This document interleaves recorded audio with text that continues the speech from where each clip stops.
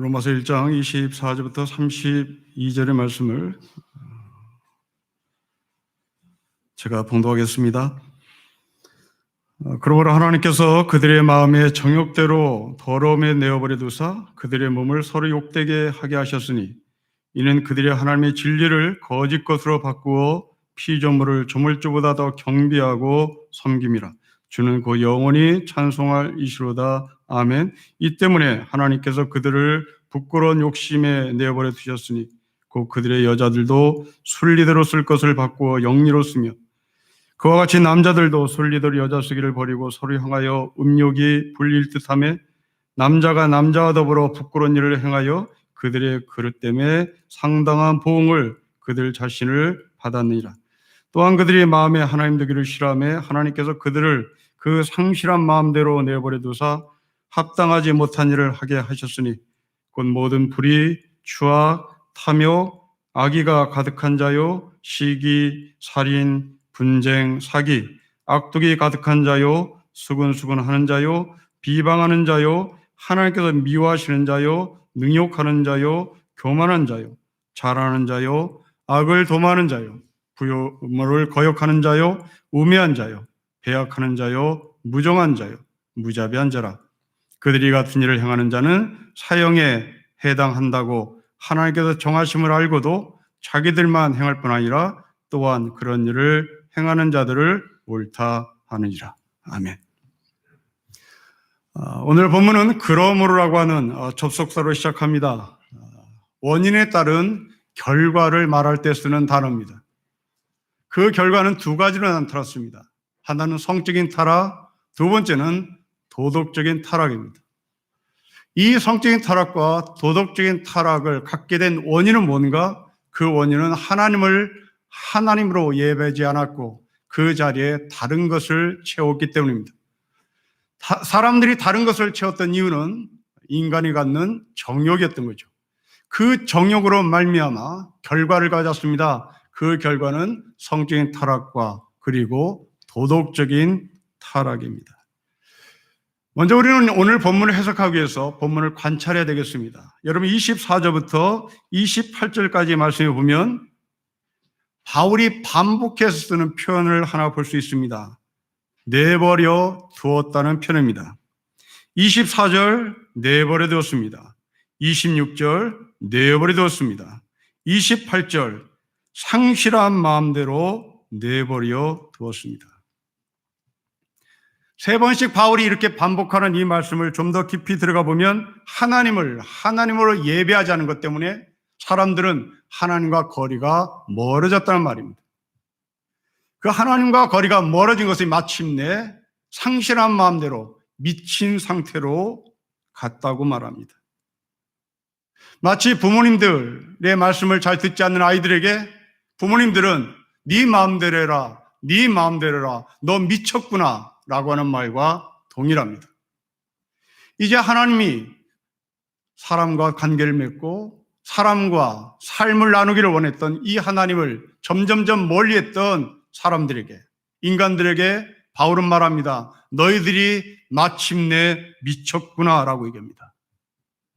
이런 말을 할 수밖에 없었던 부모님은 진정한 말이 아니라 속이 타들어가는 아픔의 말입니다. 오늘 본문도 하나님께서 자기의 속이 타들어가는 그 아픔 속에 내버려뒀다. 너 진정 미쳤구나 라고 말씀을 합니다. 여러분 그렇습니다. 하나님을 인정하지 않는 삶, 하나님을 예배하지 않는 삶, 하나님과 멀어지는 삶, 그것은 곧 하나님의 마음을 아프게 하는 삶입니다. 바울은 거기서 그치지 않고 너 미쳤구나. 너 마음이 상실했구나. 라는 말까지 서슴지 않고 합니다. 여러분 성경에 이런 사람이 있다면 누구였을까요? 있습니다. 바로 그 사람은 사울입니다. 사울이 미쳐갑니다. 왜 사울이 미쳐갑니까? 다윗이 블레셋과의 전쟁에서 승리하고 돌아올 때 사울은 점점 미쳐갔습니다. 사람들이 이 블레셋 군인과 전쟁에서 승리하고 돌아온 다윗을 향하여 찬양했습니다. 사울은 천천히요, 다윗은 만만이라고 했습니다. 이것을 보고 성경에 사울은 다윗을 주목했다고 했고요. 그리고 사울은 다윗을 주목하다가 이제 분노했다고 이야기를 합니다. 자, 여러분, 왜 사울은 다윗을 주목했으며 왜 사울은 다윗을 향하여 분노했을까요? 노래 때문입니까? 물론 그럴 수도 있습니다. 사울은 천천히요, 다윗은 만만이라고 부르는 노래 가사가 자기를 인정하지 않은 것처럼 느껴졌기 때문에 그럴지도 모르겠습니다. 그러나 저는 달리 봅니다. 사울이 미쳐버린 이유는 노래가 아니라 노래를 부른 사람이 누구냐가 중요했던 겁니다. 당시 사울은 천천히요, 다윗은 만만이라고 노래를 불렀던 사람들은 남자가 아니라 놀랍게도 성경은 여자라고 기록합니다. 정상적인 사람이었다면 전쟁에서 승리를 하고 돌아오는 다윗을 향해서 칭찬을 했어야 하는 겁니다. 하지만 사울은 여자들이 다윗을 찬송하는 것을 보고 시기하고 질투하고 분노를 했던 겁니다. 하나님이 없는 남자들의 속성일지도 모르겠습니다. 사울은 하나님의 자리에 여성들이 나를 얼마만큼 인기 있는 자리에 올려놓느냐가 이 사람의 마음에 흡족하느냐 흡족하지 않느냐의 기준이었던 것 같습니다. 여인들에게 인정을 받느냐 인정을 받지 못하느냐가 바로 이 사람의 삶의 기준이었던 것 같습니다. 성경은 이런 삶을 가리켜 미친 사람이라고 얘기합니다. 이제 우리는 이 하나님을 인정하지 않는 사람들이 어떻게 미쳐가는지 그 미쳐가는 과정을 좀 생각해 보겠습니다. 먼저 성적인 영역에서의 미쳐갑니다. 여러분 24절부터 27절의 말씀을 제가 읽어보겠습니다. 그러므로 하나님께서 그들을 마음의 정욕대로 더러움에 내버려 두사 그들의 몸을 서로 욕되게 하게 하셨으니 이는 그들이 하나님의 진리를 거짓 것으로 받고 피조물을 조물주보다 더 경배하고 섬김이라. 주는 곧 영원히 찬송할지로다. 아멘. 이 때문에 하나님께서 그들을 부끄러운 욕심에 내버려 두셨으니 곧 그들의 여자들도 순리대로 쓸 것을 바꾸어 영리로 쓰며 그와 같이 남자들도 순리대로 여자 쓰기를 버리고 서로 향하여 음욕이 불일 듯하며 남자가 남자와 더불어 부끄러운 일을 행하여 그들의 그릇 때문에 상당한 보응을 그들 자신이 받았느니라. 하나님을 인정하지 않고 그 자리에 다른 것을 채우고 그 다른 것을 채워놓고 이것을 나의 하나님, 나의 주라고 찬송하며 아멘 아멘 했던 이 사람들이 어떻게 미쳐가는지를 보면 총 3가지로 미쳐갑니다. 여러분 24절을 보십시오. 그들이라고 나옵니다. 26절에 여자들도 나옵니다. 27절에 남자들이 나옵니다. 여러분 순서를 다시 유심히 보십시오. 그들이라면 남성과 여성을 모두 지칭하는 표현일 수도 있겠습니다. 아니면 남자로 볼 수도 있겠습니다. 이제 우리는 이해를 돕기 위하여 편의상 남자라고 정리합시다. 그 다음에 26절에 여자들도 나옵니다. 그리고 3번째로 남자들이 여자를 버리고 남자들과 남자들이 서로 부끄러운 일을 행하고 있습니다. 자, 이제 우리는 이 말씀이 어떤 의미인지를 해석해 봐야 하겠습니다. 여러분, 한국교회는 오늘 본문을 동성연애자들을 천벌을 받아야 될 사람이라는 문구로 성경 구절을 사용하는 단골 메뉴입니다. 하나님은 이 동성애자들을 절대 권하지 않는다. 봐라, 미친 사람들이다. 버리신다. 라고 말씀하신 것을 근거로 동성애자들을 천벌을 받은 자로 정죄를 해버립니다. 저도 어릴 적에는 오늘 본문이 그런 말씀인 줄 알았습니다. 통계에 의하면 세계 4분의 1가량의 국가가 여성 동성애자, 소위 레즈비언들을 범죄로 규정하고 있습니다. 시리아, 이라크 일부 지역에서는 여성 동성애자 레즈비언들은 사형에 처할 수도 있습니다. 어떤 나라에서는 이 레즈비언 여성 동성애자들을 교정하겠다는 명목으로 남성들을 시켜서 교정 강간을 시키는 일도 있습니다. 이성애자와 강제 결혼을 시키기도 합니다. 이런 정책에 동의하는 사람들은 아마도 정도의 차이는 있겠지만 대부분의 사람들은 이것은 절대 해서는 안 되는 정죄, 절대 해서는 안 될 하나님께서 죽여도 좋다고 하는 그런 면죄부를 받은 말씀으로 대충 사용하고 있는 것 같습니다. 하지만 저는 성경을 연구하면서, 특히 오늘 본문을 연구하면서 전혀 다른 시각을 가지게 되었습니다. 그리고 공부를 하면서 알게 된 지식은, 우리가 사용하는 동성애자라는 단어는 2000년 전에 아예 단어 자체가 없었습니다.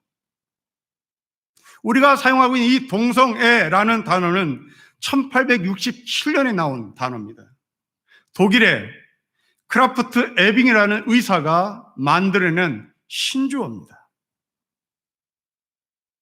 때문에 성경에 나오는 동성애에 대한 이야기, 예를 들면 창세기 소돔과 고모라, 또한 레위기에 나오는 이야기, 고린도전서에 나오는 이야기, 그리고 오늘 본문에 나오는 이 말씀은 동성애자라고 말하기보다는 엄밀하게 말해서 동성끼리 하는 성행위라고 보는 것이 타당합니다. 그러니까 오늘 본문은 동성애자를 말하는 것이 아니라 동성끼리 난잡한 성행위를 하는 것을 향하여 미쳤다라고 말씀을 하는 본문으로 보셔야 되는 겁니다. 물론 여러분들 가운데 그게 그거 아니냐, 동성애잖아, 동성애 행위잖아, 뭐 그게 그것이 아니냐라고 반문하고 반론을 펼치려고 하는 분도 계실지 모르겠습니다. 여러분, 그렇지 않습니다. 이성애자로 태어났음에도 불구하고 평생을 독신으로 사는 게 있는가 하면, 이성애자로 태어났음에도 불구하고 자기 아내 이외에 다른 난잡한 성생활하는 사람도 있습니다. 이성애자라고 해서 항상 깨끗한 성생활을 하지 않습니다. 이성애자들 가운데 평생 독신으로 사는 사람이 있고, 이성애자 가운데 평생 한 여성만을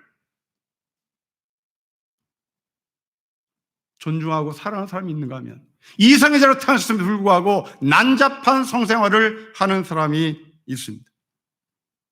또한 동성애자로 태어났다고 해서 다 난잡한 것이 아니라, 또 동성애자가 자기의 성 정체성을 유지하고 끝까지 이성애자처럼, 건강한 이성애자처럼 그렇게 인생을 사는 사람이 있습니다. 이성애자라서 모두가 깨끗한 사람이 아니고, 동성애자라서 모두가 지저분한 사람이 아니란 말입니다. 이성애자 중에서도 지저분한 사람이 있고, 동성애자 중에서도 지저분하지 않은 사람이 있을 수 있단 말입니다. 그런데 오늘 본문은 동성애자를 말하지 않습니다. 본문의 분위기는 양상이 전혀 다릅니다. 여러분, 24절부터 27절까지 말씀을 다시 보십시오. 동성끼리 하는 난잡한 행위로 발전을 하는 겁니다. 나는 동성애자야 라고 하는 것이 아니라, 이성애자로 태어난 사람이 난잡한 단계까지 가는 순서입니다. 이성애자 따로, 동성애자 따로를 분리하는 것이 아니라, 이성애자로 태어나서 얼마나 난잡한 삶을 살았는지 동성애자로 넘어가는 것을 말합니다. 여러분, 26절부터 27절을 다시 보십시오. 24절에 서로 욕되게 합니다. 누가요? 그들입니다. 여러분, 24절에 그들의 몸을 서로 욕되게 했다는 말은 난잡한 성생활이 머릿속에 그려집니다. 26절에 여자들도 다른 남자를 찾아갑니다. 이성애자입니다. 남성 또한 이성애자일 뿐만 아니라 여성 또한 이성애자들입니다.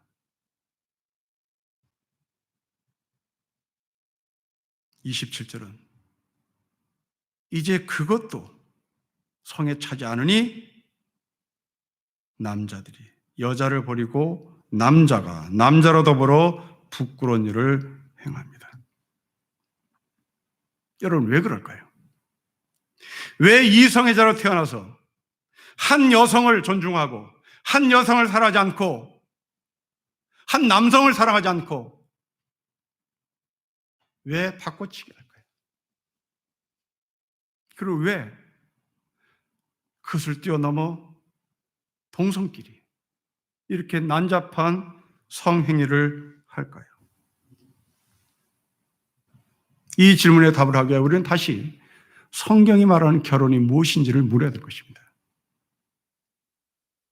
여러분, 성경의 결혼은 두 사람이 연합하는 것을 출발합니다.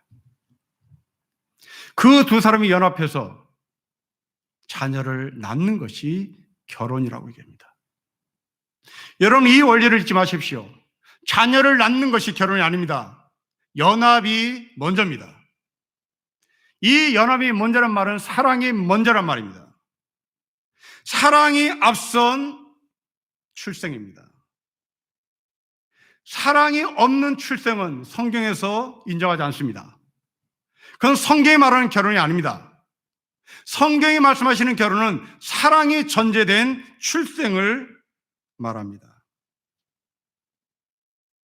우리는 여기에 대해서 어떤 논의를 하지 않습니다.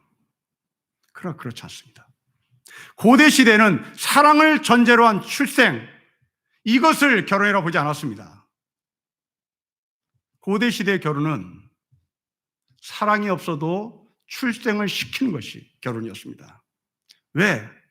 고대 시대에 자식을 많이 낳는 것은 곧 풍요요 부자였기 때문에 그렇습니다. 대표적인 이야기를 보십시오. 호세아의 가정입니다. 호세의 가정에 자식이 없었던 것 같습니다. 고멜이라는 여자가 집을 나갑니다. 바알 제사장과 성관계를 합니다. 거기서 3명의 자녀를 낳습니다. 2명의 아들과 1명의 딸입니다. 근데 놀랍게도 하나님은 이 사람들을 향하여, 이 아이들을 향하여 로라는 단어를 붙입니다. 로암미 로루하마. 내 백성 아니다. 나는 이들에게 긍휼을 베푸지 알겠다. 라는 로라는 단어를 씁니다. 사랑이 없는 자녀 출생이었기 때문입니다. 왜 그러면 고멜은 집을 뛰쳐나갔을까요? 여러분, 고대시대 여성은 애를 낳지 못하면 소방맞습니다. 고대시대 여성은 제 아무리 아름답고 제 아무리 모든 전문성을 갖고 있다 할지라도 아이를 낳지 못하면 그 사람은 집에서 쫓겨나는 운명입니다. 어떻게 해서라든지 어떻게 해서든지 자식을 만들어내야 되는 겁니다. 이게 호세아의 부인 고멜이었습니다. 여러분, 바알이라고 하는 신이 사람들에게 가르치는 교리는 무엇입니까? 풍요입니다. 잘 사는 거였습니다. 번영이었습니다. 출세였습니다. 다산이었습니다. 바알 신의 핵심은 다산이었습니다. 고대 시대의 다산은 부자였습니다. 고대 시대의 다산은 능력이었습니다. 이런 면에서 호세아는 능력이 없었던 사람이죠. 능력 있는 호세아를 고멜은 버립니다. 그리고 풍요, 다산을 약속한 바알 제사장을 찾아갑니다. 하나님은 이런 아이들을 향하여 로라는 단어를 붙이며 너희는 내 백성이 아니다. 나는 너를 긍휼히 여기지 않겠다라고 말합니다. 결혼의 원리입니다. 사랑이 전제되지 않는 출생, 사랑이 전제되지 않는 이 땅에 태어나는 아이들을 향하여 하나님은 인정을 하지 않겠다는 겁니다. 물론 훗날 하나님은 이들을 다시 받아들이죠. 이것이 하나님의 사랑입니다.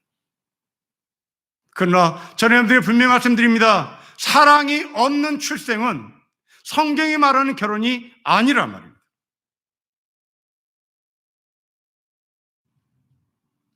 여러분, 21세기를 살고 있는 여성들에게 아이를 낳으라고 외치는 정신 나간 정치가들의 속내를 들여다보십시오. 그들은 사랑이 전제된 자식에 대한 관심이 없습니다. 그냥 아이를 낳으라고 얘기합니다. 왜 그들이 아이를 낳으라고 얘기할까요? 가까이는 자기에게 표가 와야 되는 것이요. 넓게는 그래야 우리나라가 잘 사니까요. 생명 없습니다. 자녀 사랑 없습니다. 모두가 다 경제적인 논리입니다. 2016년 행정안전부에서 대한민국 출산 지도라는 걸 만들었습니다. 그 사이트에 접속해 들어가 보면 각 도와 각 시에 가임기 여성 수가 몇 명이 살고 있는지 통계로 보여주겠습니다. 어느 도시가 가장 아이를 많이 낳는지 지역별 순위까지 매겨놓았습니다. 이게 정치가들의 행태입니다. 어떤 여성은 국가의 도구로 내 자신이 취급당하는 것이 대단히 불쾌하다고 비판했습니다. 어떤 여성은 여성으로 태어나서 제대로 된 지원이나 혜택도 받지 못하고 차별을 받으며 살아왔는데 여기에 더해서 여성을 출산 기계로 취급하느냐고 분개했습니다.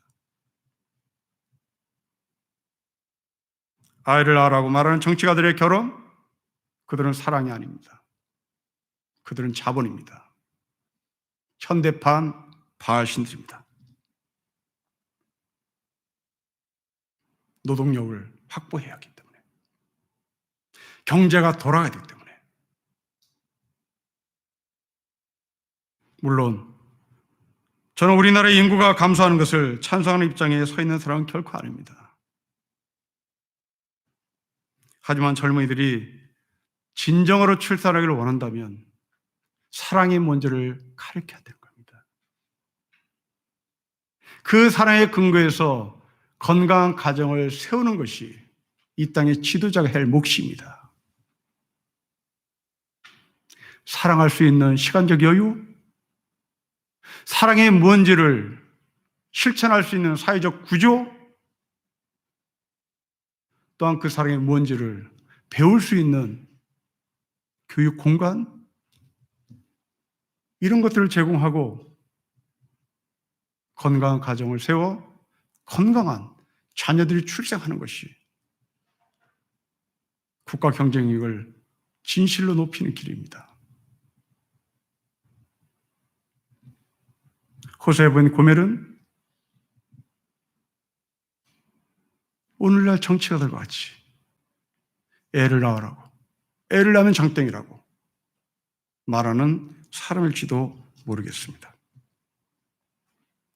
자, 이 관점으로 오늘 본문을 다시 보십시오. 여러분 24절 보십시오. 26절 보십시오.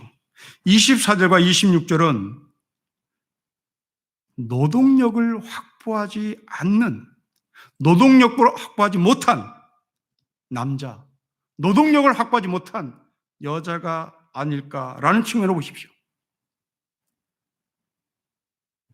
이것이 난잡한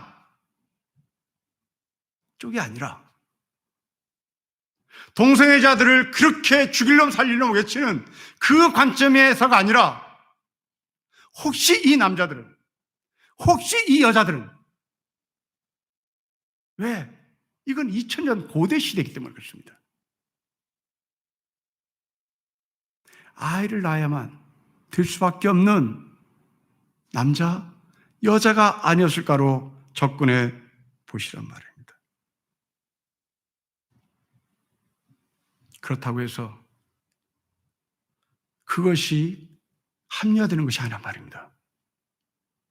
아이를 낳지 못하니까 다른 여자를 품어서라도, 아이를 낳지 못하니까 다른 남자를 품어서라도 아이를 낳아라, 이것이 당시의 고대의 합리적인 사고였다면 성경은 그것조차도 미친 것이라고. 그건 안 된다.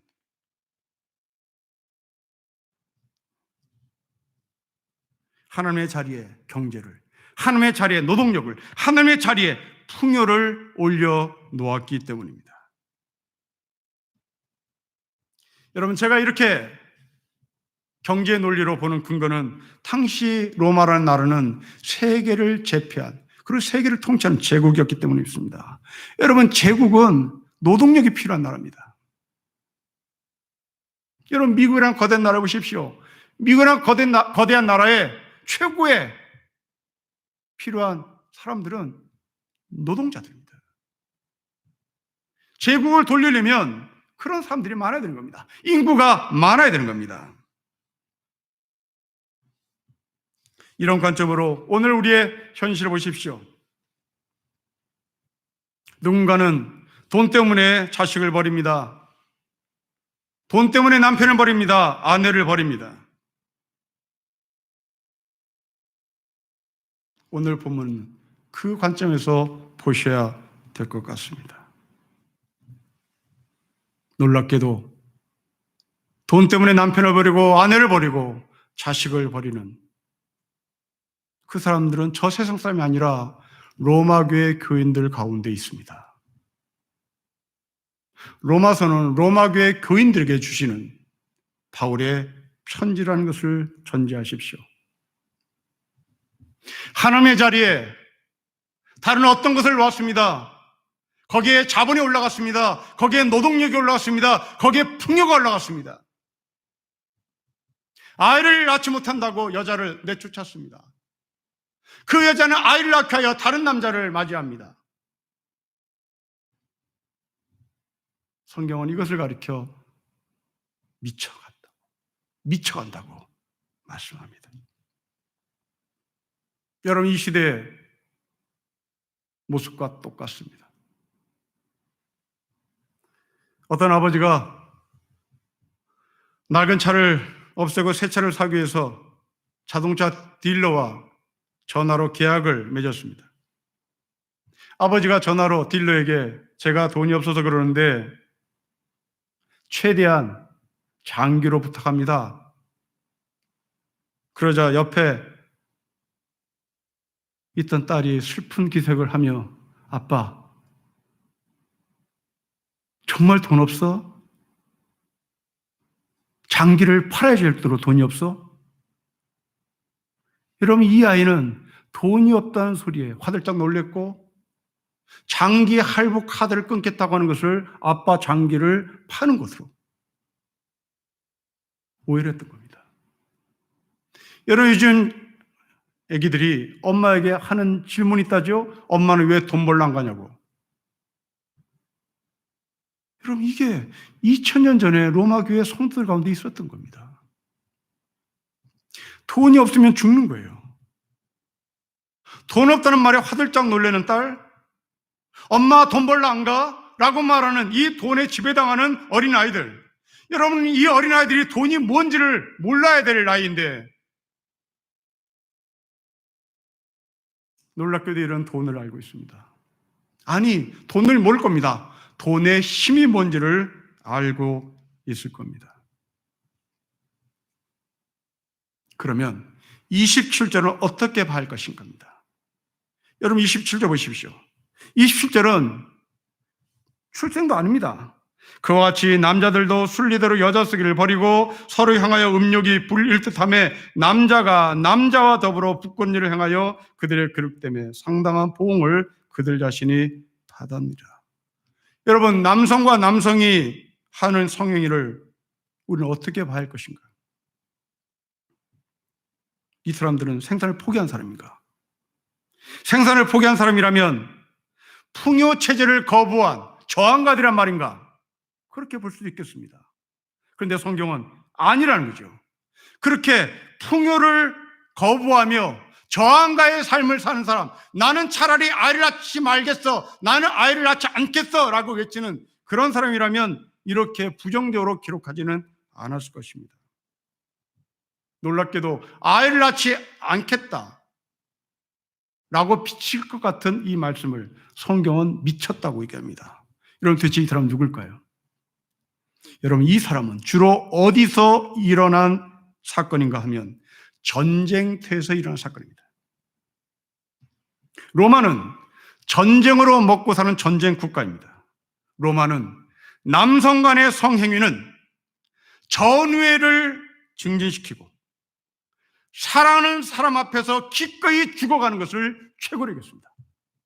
이게 이 27절의 배경입니다. 여러분, 남성은 자기가 사랑하는 대상 앞에서 죽어가는 것을 최고로 여기는 생리를 갖고 있습니다. 로마는 이 남성들의 본능을 이용했던 것입니다. 왜? 정복. 로마 제국의 정복. 그 정복의 유지. 세계를 제패하는 힘. 이것은 남성과 남성 사이의 성행위를 조정하고 우리는 잘 먹고 잘 살면 되는 것으로 가르쳤던 것이죠. 결국 27절도 앞에 나오는 노동력 확보와 같이 맥을 가지고 있습니다. 성경은 이것을 죄라고 얘기합니다. 여러분 28절 보십시오. 이제 두 번째로 넘어갑니다. 도덕적인 영역입니다. 28절부터 32절은 도덕적인 영역의 타락입니다. 28절의 말씀을 제가 읽어보겠습니다. 또한 그들이 마음에 하나님 두기를 싫어하며 하나님께서 그들을 그 상실한 마음대로 내버려 두사 합당하지 못한 일을 하게 하셨으니 그 이하의 죄들이 나타납니다. 여러분, 다시 동성애자들을 정죄하는 자들에게 이 말씀을 읽으라고 권면드립니다. 28절 이하의 말씀 보십시오. 수근수근하는 자들, 비방하는 자들, 교만한 자들, 부모를 거역하는 자들은 28절의 근거에서 말씀을 드리면 이 사람은 미친 자의 최고봉들입니다. 바람을 피는 사람들, 그들보다 더 미친 사람들입니다.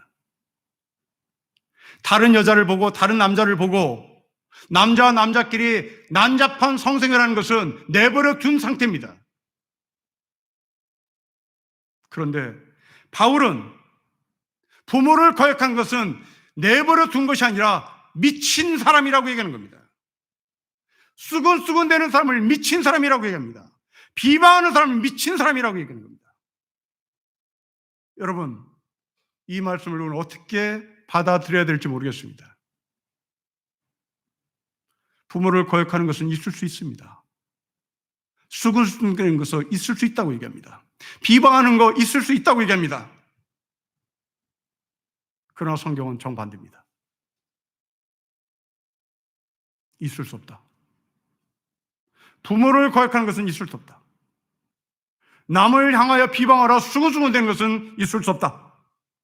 그건 미친 짓이다. 성도 여러분, 바람 피는 것이 미친 짓이라면 부모를 거역하는 것도 미친 짓이라는 것을 기억하십시오.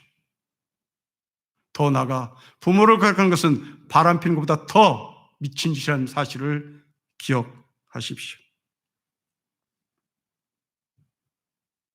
사도 바울은 여기에 쐐기를 박습니다. 32절 보십시오. 그들이 이 같은 일을 행하는 자는 사형에 해당하는 것을 알고 있습니다. 이것이 하나님의 심판인 것을 알고 있습니다. 그럼에도 불구하고 그들은 합니다. 이게 누굽니까? 로마교회 교인들입니다. 로마교회 교인들 가운데 이런 사람이 있습니다. 여기에 목사가 있을지도 모르겠습니다. 여기에 장로, 권사가 있을지도 모르겠습니다. 저 세상 사람 아닙니다. 교회 안에 성도를 성추행하는 목사입니다. 교회 안에 부모를 거역하는 장로, 권사입니다. 교회 안에 남을 비방하고 남을 향하여 수근수근대는 집사입니다. 다 미친 겁니다. 하나님이 싫어하시는 것을 알고 있음에도 불구하고 그들은 서로 모여 시기합니다. 서로 모여 수근수근합니다. 서로 모여 비방을 합니다. 그러면 어떻게 살아야 합니까? 교육으로 불가능합니다. 도덕적인 강의를 듣고는 해결할 수가 없습니다. 이 미친 것을 해결할 수 있는 유일한 길은 하나님의 자리에 하나님이 계실 때 가능하는 겁니다. 하나님을 하나님으로 예배해야 무너진 도덕이 살아납니다. 하나님을 하나님으로 예배해야 무너진 성생활이 회복이 되는 겁니다. 만일 여러분 가운데 하나님이 계시지 않는다면, 하나님의 자리에 하나님을 예배하지 않고 다른 것을 대체한다면 우리는 부끄러움 없이 풍요를 찾아 고멜처럼 나설 것입니다. 고멜처럼 아이를 낳으러 부끄러움 없이 수단과 방법을 가리지 않고 돈을 벌고 싶어 할 것입니다. 여러분, 이것은 지옥입니다. 여러분, 오늘 본문과 같은 삶을 사는 사람이 있다면 그것은 얼마나 고통스러운 삶이었겠습니까? 남편의 아내를 버리고 다른 여자를 찾아가는 거 지옥입니다. 아내가 남편을 버리고 다른 남자를 찾아가는 거 지옥입니다. 제 아무리 출세하고 제 아무리 성공했다 한들 부모를 거역하는 것은 지옥입니다. 제 멋대로 사는 사람은 지옥의 삶을 살고 있는 것입니다. 이런 지옥에서 해방될 수 있는 유일한 길은 복음뿐입니다. 성도 여러분, 바울이 말씀하시는 복음, 거기에 우리가 서 있는지를 확인합시다. 내가 복음을 부끄러워하지 아니하노니 이 복음은 모든 믿는 자입니다. 모든 믿는 자에게 능력 주시는 하나님의 능력입니다. 모든 믿는 자, 수군수군 대상이 아닙니다. 비방의 대상이 아닙니다. 버릴 대상이 아닙니다. 모든 믿는 자에게 주시는 하나님의 능력입니다. 선한 사마리아 사람의 비유를 기억해 보십시오. 구원의 반열에 절대 들을 수 없다고 여겼던 그 사마리아 사람이 죽어가는 사람을 살립니다. 구원의 반열에 들어왔다고 얘기하는 제사장, 레위인들은 죽어가는 사람을 살리지 않습니다. 구원의 반열에서 제외된 그 사마리아 사람이 강도 만난 자를 살립니다. 그리고 주님은 우리에게 질문합니다. 너의 이웃이 누구냐고 묻지 않습니다. 예수님의 질문은 강도 만난 자의 이웃이 누구냐고 묻습니다. 내 관점에서 이웃이 아닙니다. 피해를 당한 사람의 관점에서 이웃입니다. 성경에서 이웃은 나의 관점이 아닙니다.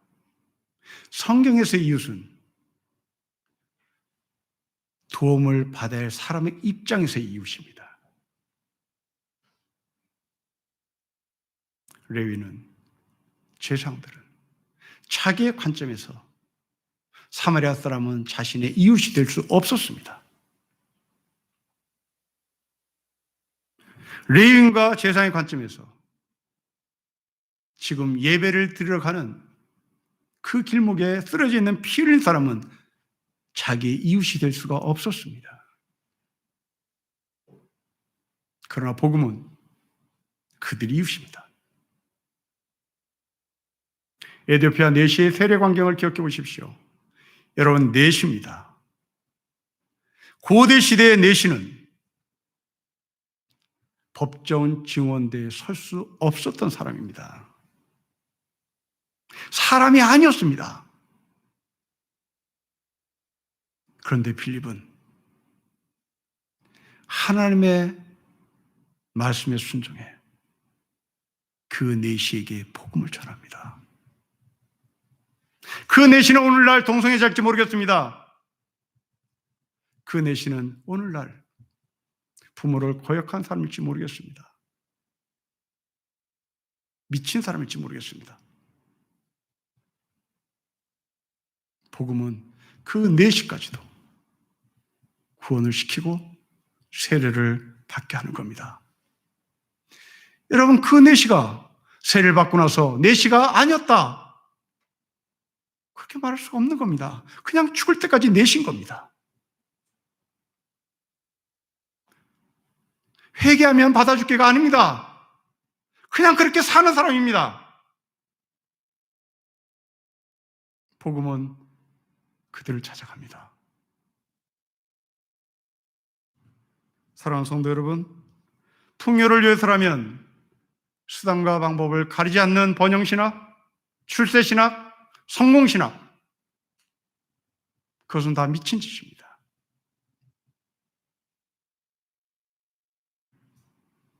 풍요를 위하여 수단과 방법을 가리지 않는 것은 미친 짓이라고 말씀하시는 바울의 말씀을 기억하십니다. 자식이 없어도, 돈이 없어도 부부가 사랑하고 부모와 자식이 사랑하고 더 나아가 우리가 하나님을 사랑하는 것은 바로 십자가의 길을 걸어가는 것입니다. 신님께 성도 여러분, 여러분들은 지금 미쳐가고 있습니까? 미쳐가던 그 길을 버리고 다시 복음의 자리로 돌아오고 계십니까? 신림교회 성도 여러분, 적어도 우리는 바람을 피지 않습니다. 적어도 우리는 난잡한 성생활로 남편을, 아내를 속상하게 하지는 않습니다. 그러나 고멜처럼 풍요를 얻기 위하여 수단과 방법을 가리지 않는다면 우리는 미친 사람입니다. 다시 복음을 회복합시다. 복음의 자리로 오십시다. 십자가의 길을 걸어가십시다. 실교의 모든 성도들에게 이 예수의 십자가의 흔적이 가슴속에 새겨져 있고 그 십자가의 흔적으로 거룩의 삶을 살아가기를 주의 이름으로 축복합니다. 기도하겠습니다.